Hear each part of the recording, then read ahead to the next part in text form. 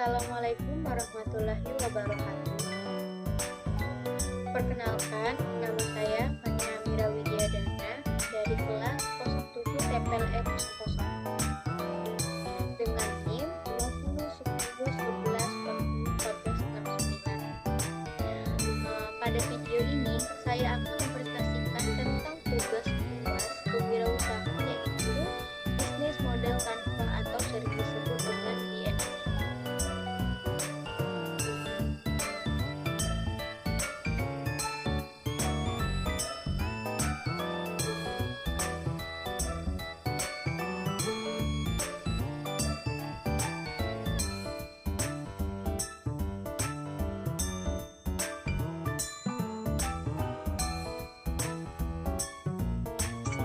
Saya akan menjelaskan tentang bisnis modal Canva.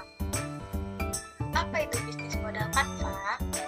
Bisnis modal Canva atau sering disebut dengan BMC adalah alat manajemen strategis yang digunakan untuk mendesain, menggambarkan, mengidentifikasi, dan mengembangkan model bisnis suatu organisasi.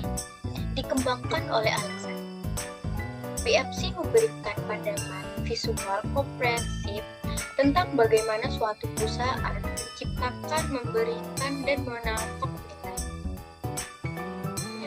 Bisnis model Canva terdiri dari 9 elemen kunci yang terorganisir dalam suatu kerangan persegi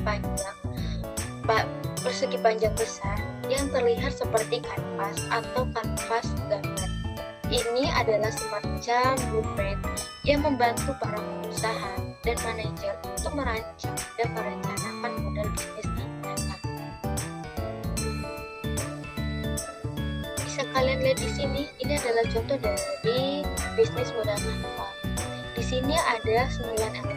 Yang pertama itu ada customer segment atau sering disebut dengan segmen pelanggan, menunjukkan segmen pasar atau kelompok pelanggan yang ditargetkan oleh perusahaan ini, mencangkup pemahaman tentang siapa target pasar dan apa kebutuhan atau masalah mereka. Contohnya itu seperti yang pertama itu mahasiswa, ibu rumah tangga, pelajar, pegawai kantor, dan anak-anak. Yang kedua itu flow professionals, sering disebut dengan promosi nilai, penjelasan nilai atau manfaat yang ditawarkan perusahaan kepada pelanggan. Ini membahas mengapa pelanggan harus memiliki produk atau layanan perusahaan dibandingkan dengan pesaing.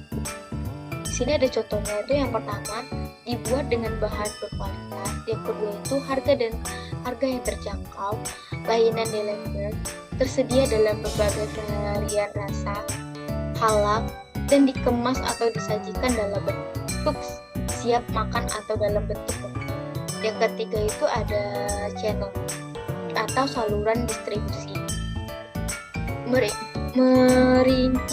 Merinci cara pengusaha menyampaikan produk atau layanan kepada pelanggan. Ini melibatkan seluruh distribusi pemasaran atau distribusi fisik atau digital. Contohnya itu seperti sosial media, dan pembelian bisa bertemu dengan langsung. Yang keempat itu ada customer relationship atau sering disebut dengan hubungan pelanggan. Menyatakan tipe hubungan yang perusahaan bangun dengan pelanggan.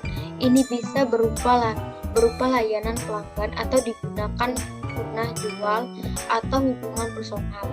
Seperti contoh, memberikan diskon kepada pembelian di hari besar, memberikan promo untuk pembelian lewat aplikasi sosial media. Yang kelima itu ada revenue stream. Revenue stream ini sering disebut dengan pendapatan, menjelaskan sumber pendapatan utama perusahaan. Ini melibatkan secara perusahaan mendapatkan uang dari produk atau layanan yang mereka tawarkan, seperti penghasilan yang kita dapatkan adalah hasil dari risol yang variannya itu varian rasanya kepada pelanggan. Yang keenam ada key activity.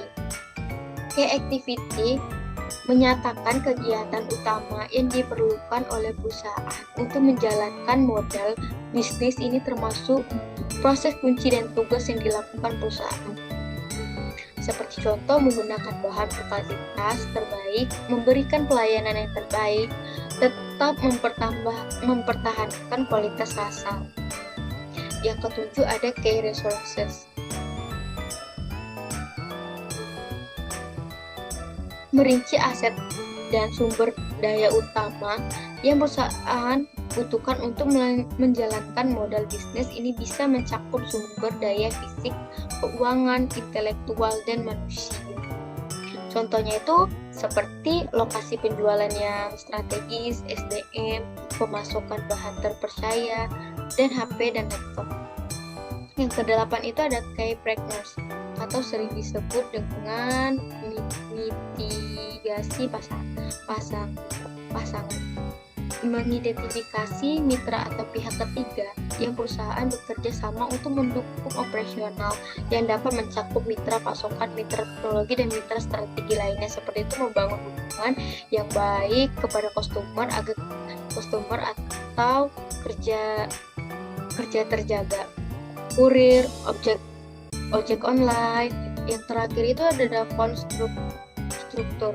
Konstruktur itu merupakan struktur biaya, menggambarkan sebuah biaya yang terlibat dalam menjalankan modal bisnis ini, termasuk biaya variabel, biaya tetap, dan elemen-elemen biaya lainnya. Contohnya itu seperti biaya bahan baku dan packing, biaya transportasi, biaya internet, dan lainnya. Sekian dari saya penjelasan tentang bisnis modal apa. Bila ada kesalahan saya minta maaf. Saya tutup. Wassalamualaikum warahmatullahi wabarakatuh.